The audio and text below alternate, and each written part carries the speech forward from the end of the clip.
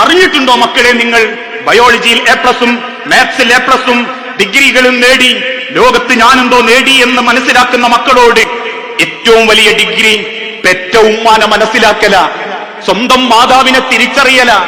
ഒരു ഉമ്മ പ്രസവിക്കുമ്പോൾ അനുഭവിക്കുന്ന വേദന എത്രയാണെന്നറിയോ? ശരീരത്തിന്റെ കൈയിന്റെ എല്ല് പൊട്ടിയാൽ 10 ദിവസം ഉറക്കം വരാതെ തിരിഞ്ഞും മറിഞ്ഞും കിടക്കും നമ്മള്. ആ എല്ലൊന്നും ചേർക്കാൻ വേണ്ടിയിട്ട് എന്തു മരുന്നും പുരട്ടും. എന്നാൽ ഒരു ഉമ്മ പ്രസവിക്കുമ്പോ ആ ഉമ്മാന്റെ ശരീരത്തിൽ അനുഭവപ്പെടുന്ന വേദന വൈദ്യശാസ്ത്രം രേഖപ്പെടുത്തി 22 എല്ലുകൾ ഒരുമിച്ച് പൊട്ടുന്ന വേദന. എങ്ങനെ? 22 എല്ലുകൾ ഒരുമിച്ച് പൊട്ടുന്ന വേദന.